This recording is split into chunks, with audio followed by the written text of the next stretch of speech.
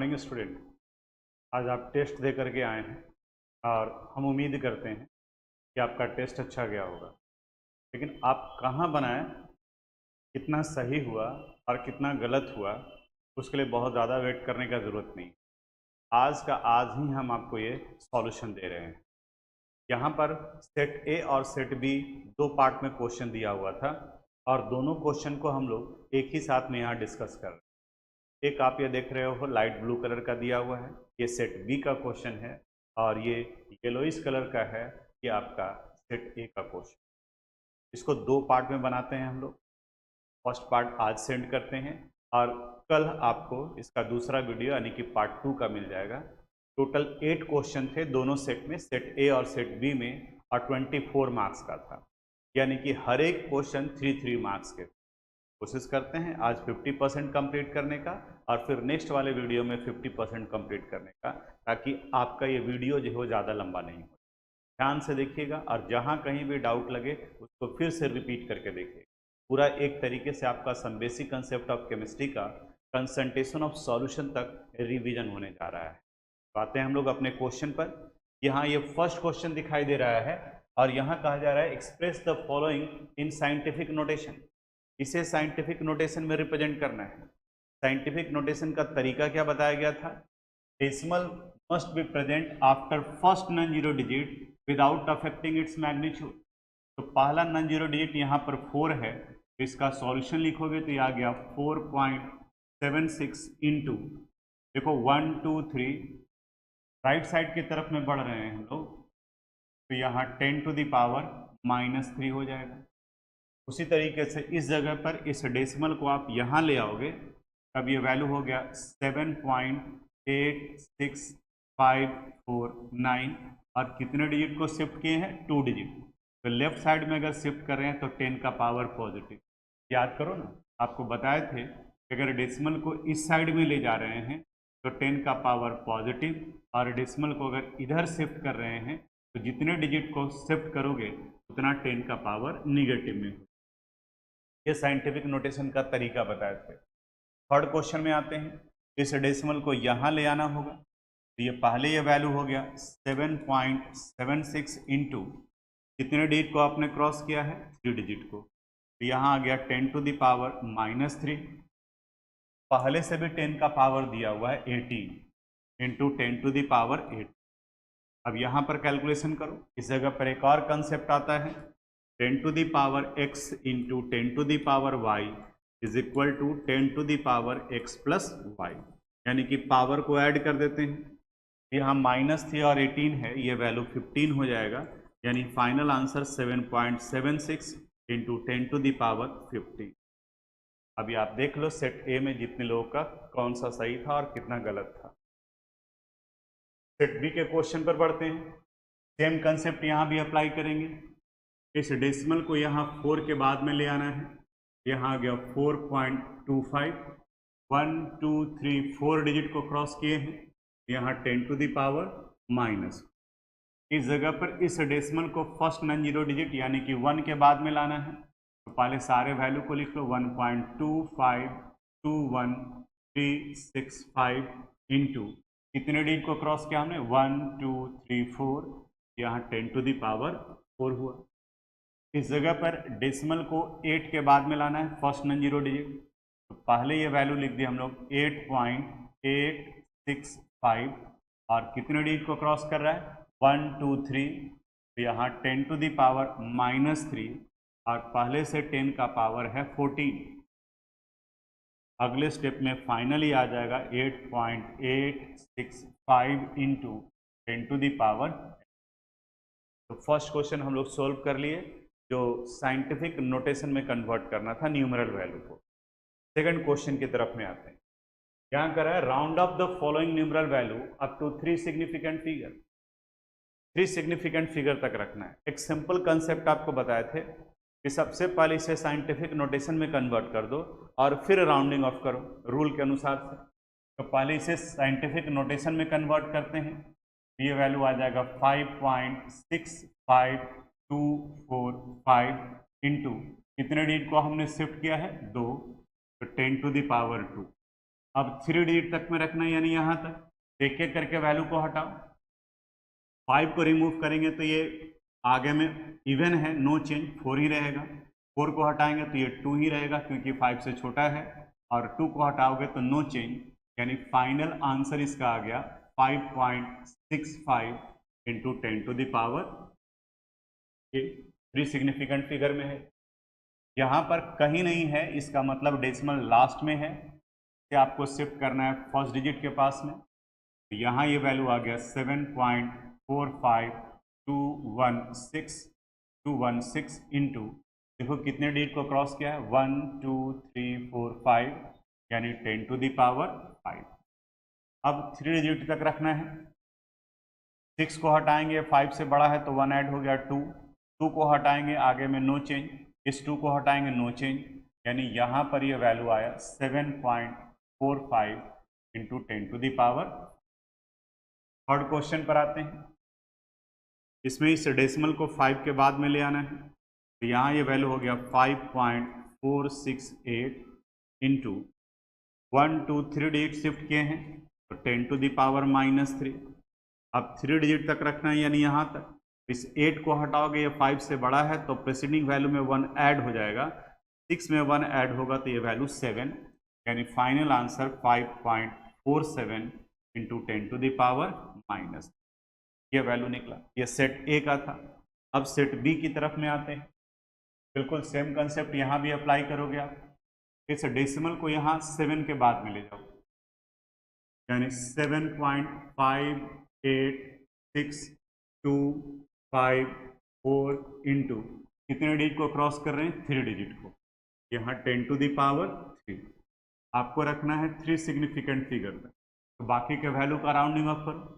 4 को हटाएंगे no change, 5 को हटाएंगे आगे में इवन है नो चेंज, ऑर्डर रहता तो 1 ऐड कर देते।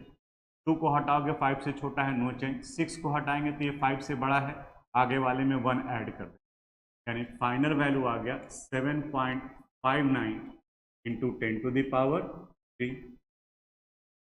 सेकंड वाले पार्ट में कहीं नहीं डेसिमल है, इसका मतलब ये लास्ट में डेसिमल है।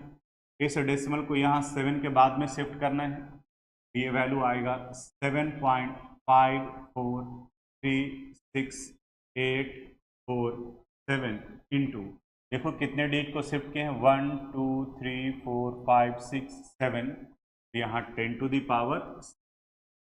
नेक्स्ट स्टेप में 3 डिजिट तक रखना है। 7 को हटाओगे 5, 5 के आगे में इवन नो चेंज, 8 को हटाएंगे 7, 7 को हटाएंगे 4, 4 5 से छोटा है नो चेंज, यानी ये 4, यानी ये वैल्यू आ गया 7.54 into 10 to the power. Significant figure में है। यहाँ पर इस डेसिमल को यहाँ से ले आना है फर्स्ट नॉन जीरो डिजिट, यानी 4 के बाद में, ये वैल्यू हो गया 4.5837 इंटू, देखो कितने डिजिट को शिफ्ट किए हैं, 1 2 3 4 डिजिट शिफ्ट किए हैं, तो 10 to the power -। Next step में 3 डिजिट 3 सिग्निफिकेंट फिगर तक रखना है। 7 को हटाएंगे तो 4, 4 5 से छोटा है नो चेंज, यानी यहाँ फाइनल आंसर हो गया 4.58 इंटू 10 टू द पावर -। तो 2 क्वेश्चन सोल्व कर लिए हम लोग, सेट ए का भी और सेट बी का भी, एक साइंटिफिक नोटेशन में कन्वर्ट करना और दूसरा राउंडिंग ऑफ। थर्ड क्वेश्चन है सिग्निफिकेंट फिगर से रिलेटेड, यानी कि इन सब में आपको सिग्निफिकेंट फिगर बताना है। हाउ मेनी सिग्निफिकेंट फिगर, याद करो, zeros before non-zero digits are not significant, zeros between two non-zero digits are significant, and zeros after non-zero digits are also significant। तो इस वाले न्यूमरल वैल्यू में सिग्निफिकेंट फिगर में ये जीरो जो non zero के आगे में है काउंट नहीं किया जाएगा, सिर्फ ये होगा। तो 1 2 3 4, सिग्निफिकेंट फिगर का वैल्यू 4 आया। ये जीरो बाद में है और बीच में है, तो इन सबको काउंट किया जाएगा, यानी 1 2 3 4 5 6, यहाँ सिग्निफिकेंट फिगर का वैल्यू 6 आया। ये भी डेसिमल नॉन जीरो डिजिट के बाद में है जीरो, ये भी काउंट होगा, यानी 1 2 3 4 5, यहाँ सिग्निफिकेंट फिगर का वैल्यू 5 आया। इन सब से रिलेटेड सारा डाटा लिखवाया हुआ है आपकी कॉपी में। इससे रिलेटेड यूट्यूब चैनल पर आपका वीडियो भी बना हुआ है, आप वो भी सर्च करके निकाल सकते हो, जहाँ डिटेल से सारे रूल्स को भी डिस्कस किए। यहाँ टेस्ट का सॉल्यूशन बता रहे हैं, इसलिए थोड़ा सा फास्ट चल रहे हैं। यहाँ इस वाले में नॉन जीरो डिजिट के आगे वाले जीरो को काउंट नहीं करते हैं, तो यहाँ सिग्निफिकेंट फिगर का वैल्यू 1 2 3 4 आ गया। इस जगह पर 1 2 3 4 5, क्योंकि ये नॉन जीरो डिजिट के बाद में है। यहाँ पर ये नॉन जीरो डिजिट के बीच में है, ये भी काउंट होगा 1 2 3 4 5 6, यानी यहाँ सिग्निफिकेंट फिगर का वैल्यू 6 होगा। 3 क्वेश्चन हम लोग सोल्व कर लिए। साइंटिफिक नोटेशन, राउंडिंग ऑफ और सिग्निफिकेंट फिगर। आप मिलाते जाओ कि आपका कितना सही था और कितना गलत है। आगे बढ़ फोर्थ क्वेश्चन की तरफ में आते हैं। फोर्थ क्वेश्चन आपको स्क्रीन पर दिखाई दे रहा है और इस वाले पार्ट में हम लोगों को मॉलिक्यूलर मास का वैल्यू निकालना है। मॉलिक्यूलर मास का वैल्यू निकालने के लिए आपको एटॉमिक मास का जानकारी होना जरूरी है और कुछ इंपॉर्टेंट एलिमेंट के एटॉमिक मास आपको लिखवाए हैं। वीडियो भी देखोगे मॉलिक्यूलर मास के जगह पर कि किस तरीके से निकाला गया है, उसी से रिलेटेड ये क्वेश्चन। चलते हैं इस वाले पार्ट पर, बनाते हैं हम लोग। अमोनियम सल्फेट दिया हुआ है, इसका मॉलिक्यूलर मास निकालना है। NH4 होल ट्वाइस SO4, यहाँ नाइट्रोजन है तो नाइट्रोजन का 14, हाइड्रोजन का एटॉमिक मास 1 होता है, 1 × 4 ब्रैकेट में डालेंगे, होल ट्वाइस है यानी इस पूरे को 2 से मल्टीप्लाई करना होगा। सल्फर का 32, ऑक्सीजन का 16 × 4 करेंगे। अब देखो 14 + 4 18, 18 टू जा कितना हो गया वैल्यू 36 प्लस 32, 16 × 4 ये 64 आ गया वैल्यू, और ऐड करोगे तो इस जगह पर ये वैल्यू आ जाएगा 132। कैलकुलेट करके देख लीजिएगा, अगर मिस्टेक होगा तो बताइएगा। एसिटिक एसिड में कार्बन का 12 H3 है यानी 1 × 3, फिर कार्बन 12, ऑक्सीजन 16 प्लस ऑक्सीजन 16 और प्लस 1, अब इन्हें ऐड करोगे तो ये वैल्यू आ जाएगा 60। पोटासियम बड़ा फार्मूला है, डबल साल्ट कहा जाता है इसे। यहाँ पोटासियम है, पोटासियम का 39 × 2 प्लस सल्फर का 32, ऑक्सीजन 16 × 4 प्लस एल्युमिनियम का एटॉमिक मास 27, 2 एल्युमिनियम है इंटू 2 प्लस SO4 ब्रैकेट में है तो ब्रैकेट में ही लिखते हैं 32 प्लस ऑक्सीजन 16 × 4 मल्टीप्लाई कर दिए 3 से प्लस 24 H2O, और H2O का मोलिकुलर मास 18 आता है। तो देख रहे हो बड़ा वैल्यू है, कैलकुलेट करना होगा आपको। 39 × 2 करेंगे 78 प्लस 32 प्लस 64 प्लस 54 प्लस यहाँ 96 × 3 करेंगे तो 288 प्लस 24 × 18 करोगे तो ये वैल्यू आएगा 432, और इन सब को ऐड कर दोगे ये वैल्यू आता है 948। अब आप देख लीजिएगा कि आपका ये सही है या नहीं है, या किस जगह पर आप मिस।